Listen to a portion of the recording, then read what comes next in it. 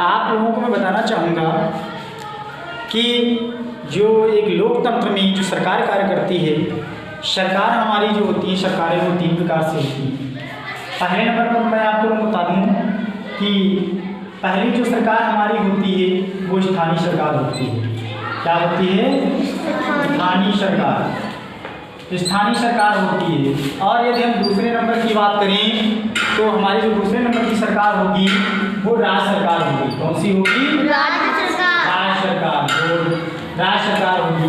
और तीसरे नंबर की जो हमारी सरकार होगी वो तीसरे नंबर की सरकार हमारी केंद्र सरकार होगी। कौन सी होगी? केंद्र सरकार। आप लोगों को बता दें इतने स्तर पर रह करके हमारी सरकारें कार्य करती हैं। यहाँ पर जो हमारी पहले नंबर पर स्थानीय सरकार है, स्थानीय सरकार में अपने क्षेत्र संबंधित ये सरकार होती है। यहाँ पर प्रधान, जिला पंचायत इत्यादि चुनाव होते हैं और इनसे चयनित जो अधिकारी होते हैं वो हमारे इनकी जो कार्यालय होता है वो होता है ब्लॉक। क्या होता है? ब्लॉक। क्या होता है? ब्लॉक। यानी जितने कार्यालय कार्य इनके होते हैं वो सारे कहाँ पर होते हैं? ब्लॉक स्तर पर होते हैं। ठीक है। उसके बाद यदि हम राज्य सरकार में जाएं तो राज्य सरकार का जो कार्यालय कार्य होता है वो होता है विधानसभा। क्या होता है? विधानसभा बच्चों आप लोगों को बता दें ये हमारे यूपी यानी उत्तर प्रदेश की जो विधानसभा है वो लखनऊ में अवस्थित है। ठीक है। तो यहीं पर जो है सदन की कार्रवाई होती है। अगले सरकार पर हम जाएंगे केंद्र सरकार के पास। तो केंद्र सरकार में क्या होता है? इसका जो सदन होता है वो संसद होता है। क्या होता है? संसद। यहाँ पर बैठक होती है, सदन की कार्रवाई होती है और यहाँ पर विधेयक पास किए जाते हैं। कोई भी कानून पास किया जाता है देश के लिए, जो अच्छा कानून होता है, बुरा कानून उसको समाप्त किया जाता है।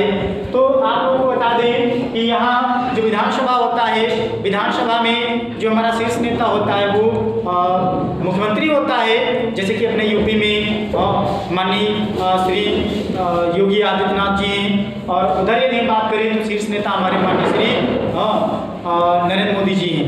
तो आप लोगों को ये बता दें यहाँ पर आप लोगों को खास बात ये याद रखना है, हमको 3 स्तरों में हमारी सरकारें कार्य करती हैं। जो पहला स्तर हमारा होता है वो कौन सा होता है? स्थानीय सरकार, और दूसरा राज्य सरकार और तीसरा केंद्र सरकार। ये 3 स्तरों पर कार्य करके देश में जो हमारे शीर्ष नेता हैं, जिन मंत्रालयों से हमारी देश की जनता के लिए, जनता के हित के लिए जो बिल पास होते हैं, जो योजनाएं बनाई जाती हैं, धीरे धीरे क्रम करके ये हम लोग जनता के पास ये पहुंचती है। क्योंकि इतना बड़ा देश है, एक जगह से शासन चलाना बहुत कठिन होता है। इसलिए इसको 3 स्तरों में बांट दिया गया, जिससे हमारी जो शासन व्यवस्थाएं हैं, लोगों की जो आवश्यकताएं हैं, जो जरूरतमंद की चीज़ें हैं, जो सुविधाएं हैं, वो आसानी से जन जन तक पहुंचाई जा सकी।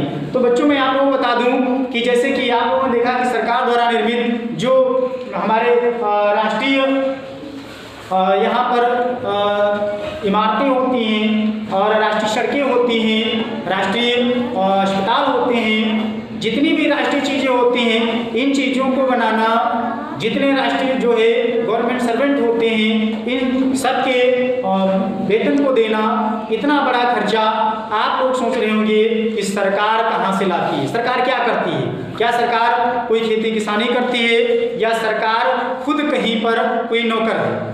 ये बात आप लोग सोच रहे होंगे ना। तो सरकार इतना पैसा कहाँ से लाती है कि इतने अपने कर्मचारियों को पैसा देना, इतनी सारी योजनाओं को लागू करना, इतना सारा हम लोगों की सुख सुविधाओं पर व्यय करना, ये सब पैसा सरकार के पास कहाँ आता है? तो आसानी से आप लोगों को बता दूं कि इसके लिए सरकार जो होती है वो टैक्स जो है देश की जनता से क्या करती है?